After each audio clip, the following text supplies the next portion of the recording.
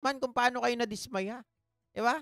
Okay, mga kababayan, mga ka-GPnatics. Ito naman ang pag-usapan natin. Saka ano yung, ano na yan, yung ruling ng Supreme Court na yan, talagang masisira lang ang araw nyo. Masisira lang, mga kababayan, ang utak natin pare-parehas. Halak. Dahil may limitasyon, mga kababayan, kung sila nga, di ba, mga abogado, mga judge, medyo nagkakaroon pa ng kanya-kanya po na side hinggil sa bagay na yan. Tayo pa kaya na pangkaraniwang mamamayan. Pag-usapan na lang natin itong mga kababayan nangyari at sana bukas ito, di ba? Pero lumipad na po itong si Barbie si Baste Duterte patungo po ng Singapore at tila tinakasan na nito, mga kababayan, ang hamon or ang hamon niya kay General Torre na pumalag naman po sa kanya. Ngayon, itong si Baste Duterte, mga kababayan, ay pinagtatawanan ni Jerry Baha at nitong si Anthony Taberna, mga kababayan, dahil po sa kanyang pagiging duwag. Oh.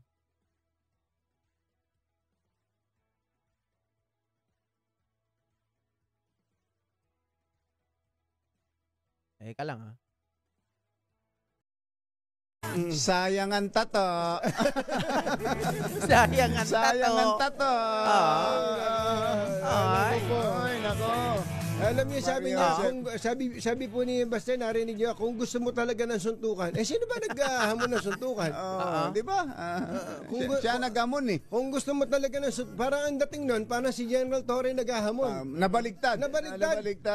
Nanang ko po, hindi ko akala, baka ikahiya ng mga metato ito. Sayang ang tato. Alam niyo ba, binilang ko yung mga binitawang salita ni Baste. Mga mahigit 60 na mga salita na ang ibig sabihin lang, ayaw. Yan ang, ito maging aral ito sa mga matatapang, ha? Sa mga matatapang at sa mga may tato. Huwag basta-basta maghahamon. Pipiliin mo din ang hahamonin mo. Grabe, oh. Baka patulang ka. Baka patulang ka. Tulad nito. Tulad nito, kahiya-hiya si Basti dito ngayon. Talaga. Pero mo nga, ibigay mo pang kondisyon ni hair follicle test ng lahat ng opisyal ng gobyerno. Panginoon kong buhay ito. Ano yun? Nanang ko po. Ay, nako. Wala. Grabe, mga kababayan, ang kahihiyan dito ni Baste Duterte, no? Kaya nga marami pa ako nakikita dyan, mga content creator na ginagamit nila, pati yung mga kabataan, mga anak nila, mga kababayan. Meron dito, ewan ko kung kailangan pa ba natin ipakita o sapat ba na ipakita natin yung bata kasi kawawa naman, baka mabash na mabash. Parang ang gusto ko lang sabihin, makikita nyo yan sa Facebook, mga kababayan, itong bata na to ay panay din ang banat dito kay General Torre. Pero halatang Bisaya eh. Sinasabi niya na mabubugbog lang daw si Torre, wala daw siyang kapag-asa, mga kababayan. Meron dito, parinig ko lang ng konti sa inyo para alam nyo yung mga sinasabi ng bata. Na kumbaga binash yung bata doon sa kanyang post, mga kababayan, dahil nga po sabi ko na nga ba na parang ang sagot ko sa kanya, ang nakikita ko, para itong batang ito napakamalas niya. Bakit kanyo? Sabi ko doon sa comment ko kanina, ang malas mo naman, nagkaroon ka ng magulang na hindi ka kayang turuan ng magandang asal. Mga kababayan, sa ganitong pagkakataon, alam nyo, hindi po natin kailangan na kahit po nasa ang panig tayo, ha, tandaan po natin, kahit nasa ang panig po tayo, maging Duterte supporter kayo, maging nasa kabilang panig kayo, mga ka-GPnatics, huwag nyo pong payagan na ang mga anak ninyo ay maisali nyo sa pagkukontent ninyo or turuan nyo ng hindi magandang bagay. Unang-una, ang mga batang ito, minor pa lang, nakukorap na ang utak. Diba dapat itong mga batang ito, pinag-i-enjoy nyo sa paglalaro, pinag-i-enjoy nyo, mga kababayan, doon po sa kanilang, diba, yung nababagay sa kanilang taon. Hindi kagaya ng magulang nito na tinuturuan po ng hindi maganda. Sa akin, sabi ko nga, kahit ito po ay, kahit kayo ay maka-Duterte, huwag niyong idamay yung mga bata. Ito pakinggan nyo, hindi ko na po ipapakita kasi baka mabash lalo. Maawa ka sa katawan katawan mo, hindi ka mananalo. Go, Tito Basti. Tori. Hoy, Toring Pisot, di mo kaya si Basti. Maawa ka sa katawan mo, hindi ka mananalo. Go, Tito Basti. Tori. Mga kababayan, narinig nyo yon? Diba, sabi niya, Turing Pisot. Sabi niya ganun, hindi ka mananalo. Go, Tito Basti. Tori. Halak ka. Diba? Bisaya, mga kababayan. Siguro tito nga niya si Basti. Di ko alam. Pero napakasama ng ugali ng magulang, no? Biruin nyo yung bata, dinadamay sa mga ganitong bagay. Di ko alam kung ito ay for the content or sila ay talagang makaduterte. Pero ang pangit talaga, mga kababayan, na isasama mo or itong mga bata ay dadamay mo. Samantalang napakamura ng kanilang edad. Dapat ito ay nag-i-enjoy sa paglalaro, nag-i-enjoy sa pagtulog, nag-i-enjoy kung ano paman, mga kababayan. Ang dapat niraranas ng isang bata na normal, hindi yung ganito. Sa politika pa, na alam naman po natin, di ba, maraming nakukurap ang mga isipan. Sabi ni Ma'am Cora Vidal, pati bata na sa halip na turuan nila ng mabuting asal, tinuturuan nilang maging bastos at kawalan ng respeto. Di ba, mga kababayan? Yung pag tinanong mo tong bata na to, alam niya ba ibig sabihin ng pisot? 'Di ba? Yung mga bagay na yun, mga kababayan, dapat nga yung batang ito ay pinipigilan mo na magsalita ng ganun. Kasi kabastusan yun eh. Kawalang paggalang, kawalang respeto. Gusto nyo ba makita, mga kababayan? Pakita ko lang ng konti sa inyo. Pero makikita nyo yan. Ayaw kong pinagbabawalan ako ni Mrs. Kawawa din naman yung bata. Ayaw natin, mga kababayan, na i-content, pinaparinig ko na lang sa inyo. Dahil sobrang nadismaya ako habang naghahanap kasi ako kanina ng i-content ko. Kasi wala talaga akong plano mag-content pa eh. Diba? Kaya nag-i-scroll lang ako, mga kababayan. Kaya lang, hindi ko matiis yung kamay ko kasi wala naman akong ginagawa eh. Halak diba? Dumaan ito sa wall ko. Sabi ko, ganun grabe. Yung bata tinuturuan ng hindi magandang asal. 'Di ba? Sasabihin mo yung matanda pisot. Ikabata-bata, parang ang edad nun, mga kababayan 8 taon, parang ganon. 7 taon hanggang 8 taon pa lang yung bata. Tuturuan mo ng hindi maganda. Halak ka. 'Di ba? Ang mga bata hindi mo dapat sinasama sa ganyan dahil ganyan ang magiging ugali at isip sa paglaki. Correct. 'Di ba, Mike N? Not unless, mga kababayan, kung kamag-anak nila ito, alam mo na. Ibig sabihin, wala ring jutak, mga ka-GPnatics, yung kanilang magulang. 'Di ba? Kasi ang tatay DDS walang utak, bobo, pati bata dinamay. Hoy, kung ikaw, ang tatay ng batang napakagago mo. Grabe. My God. Nawa ako dun sa bata. Ang dami po na nag-comment sa kanyang ng negative. Binabash yung bata. Siguro ngayon, nasa milyon na, mga kababayan, yung nang bash dun sa bata. Yung mga nagko-comment dun, napakadami na po. Diba? Paano na lang kung, syempre maraming nakapanood nun ng mga taga sa kanila. Alata naman, taga Mindanao yun. Diba? Kasi Bisaya ang tono. Yung tore niya, turi. Diba? Turi. Halak ka. Syempre, maraming mga kalaro yun. Maraming tao nakakakilala doon. Mabubuli yun. Kung may mangyaring di maganda doon sa bata, kasalanan ng magulang yun. Diba?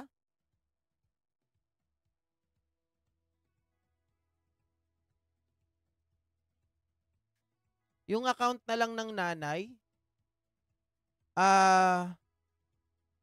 eto. Ang pangalan,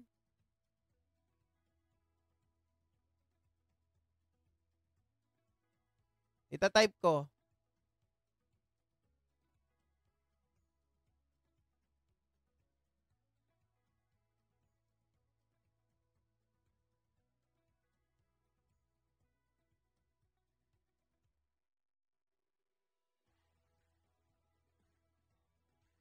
Yan yung ano niya, yan yung ginagamit niyang account, mga ka-GPnatics.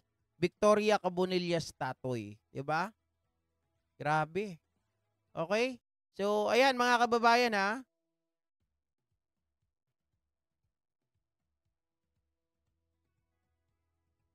Ang galing magturo, no?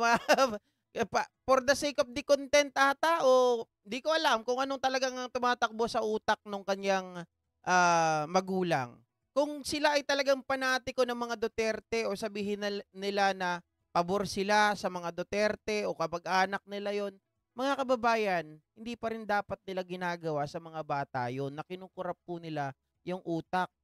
Yung mga bata, pabayaan mo yan, huwag mong isali sa mundo ng politika. Masyado nang magulo ang mundo ng politika. Tayo nga nag-aaway-away, isasama mo pa yung bata. E paano kung makita niya yan? 'Di ba? Si General Torre napunta sa harapan niya, sasabihin niya, "Hoy, pisot." 'Di ba? Mga kababayan, gaganunin niya. Hindi maganda pong halimbawa 'yon. Hindi magandang salita.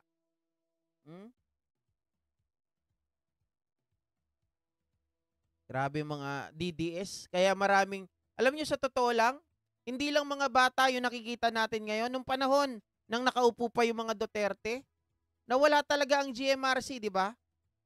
Nawala ang GMRC doon sa mga kabataan.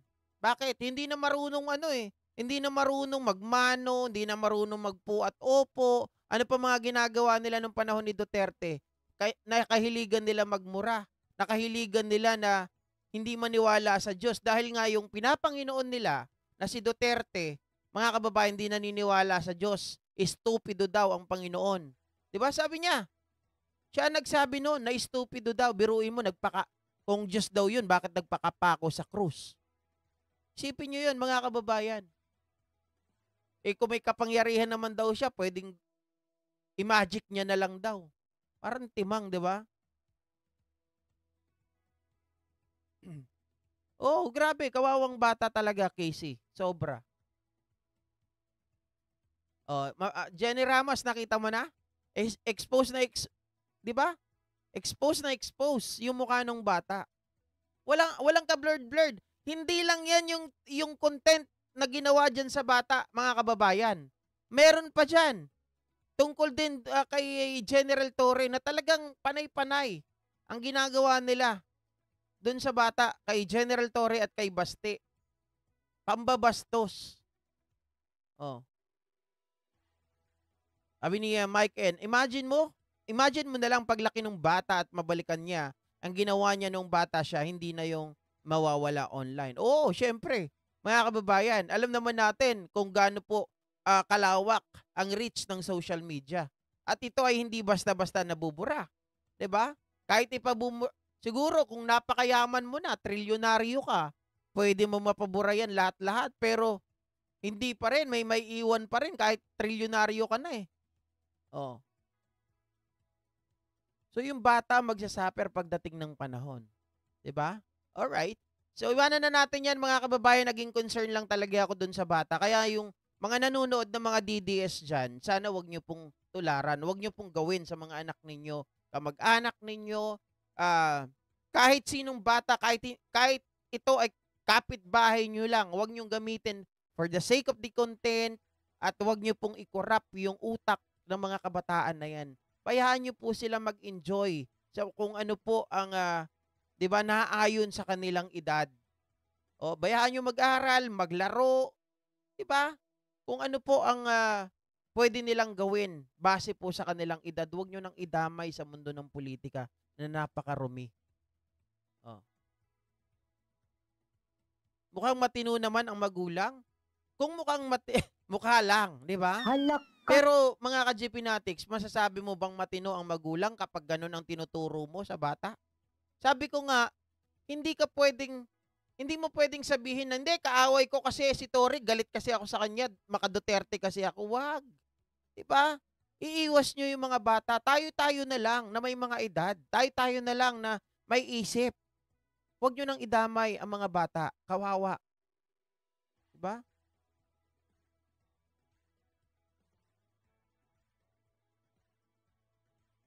Okay. Last topic tayo mga kababayan. Pag-usapan naman natin itong si Harry Roque. Halaka. Ito mga ka-GPnatics talagang grabe na po. Kaya siguro itong si Harry Roque ay nakakapag-isip na